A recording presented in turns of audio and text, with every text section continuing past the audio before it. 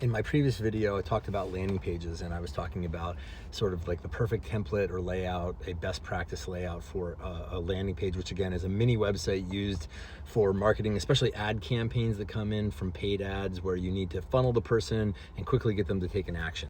So I want to mention something else, which is that you never hold a landing page sacrosanct because it's pretty, or you love the content, or you've fallen in love with it in some way because it's elegant and beautiful and aesthetic and it looks just like other landing pages that perform really well, because you might be in for a nasty surprise.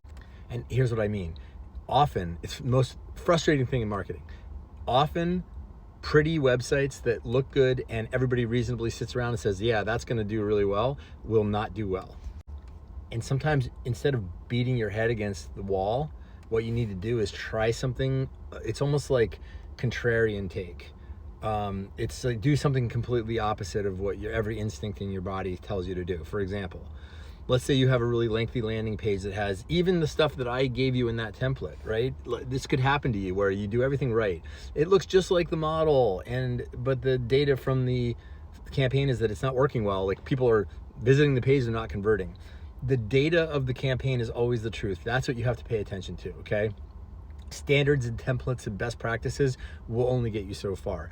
All that really matters at the end of the day is, what does the audience say about the experience of going through your funnel? So if people like it, they're going to buy, they're going to convert, they're going to give their name, whatever. If they don't, they're not. It starts with offer is number one. If what you're offering is not interesting to the audience, they're not going to buy. It doesn't matter how pretty the landing page is. That's number one. So do yourself a favor and have an incredibly good offer, because if you don't have that, you're done. You're cooked, okay?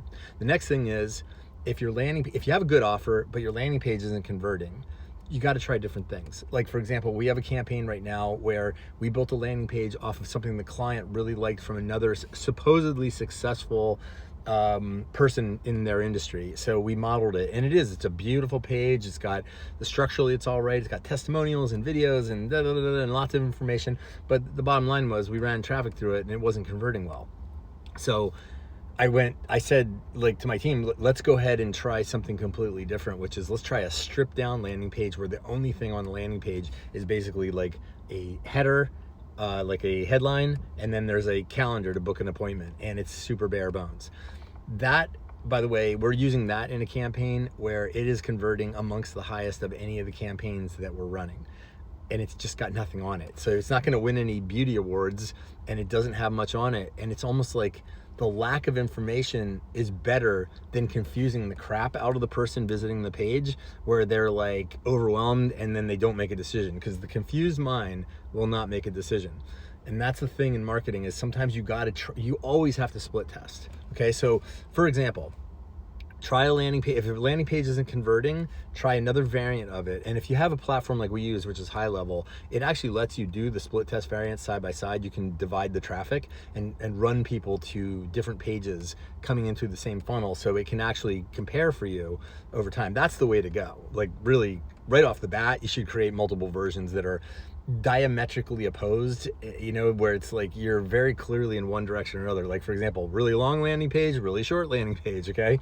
Do the things like that, or different offers. If you know the landing page converts well, but the offer is the question, you could do that. The other thing is, if you're using a campaign like Meta, you should really try comparing driving traffic to the landing page, which takes them off of Meta, and you get penalized for that, like I've talked about in previous videos, or pulling it in through Meta. So try bringing the leads in through Meta and then nurturing them on the back end, or even like doing a two-step thing where you bring them in through Meta initially, you get their just basic information, then you put them in a CRM, you nurture them on the back end, and you offer them to go to the website, comparing the results of that to just take them off Meta to your landing page and let your landing page do everything.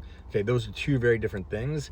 One, you collect some information on Meta, and then you kind of continue the journey on your own site or through your own emails or whatever it is. And the other one is just like, no, we're taking you off Meta and we're putting you in our funnel. And you're gonna find that if you've never tried one versus the other, you might get wildly different results. So you have to try these things, because you just cannot put with how difficult ad campaigns are these days and how much you're vying for competition, you're vying for attention from your visitors, you have to make sure that you've tried different things. And again, don't hold anything sacrosanct. Don't make assumptions. Assumptions will kill you in marketing.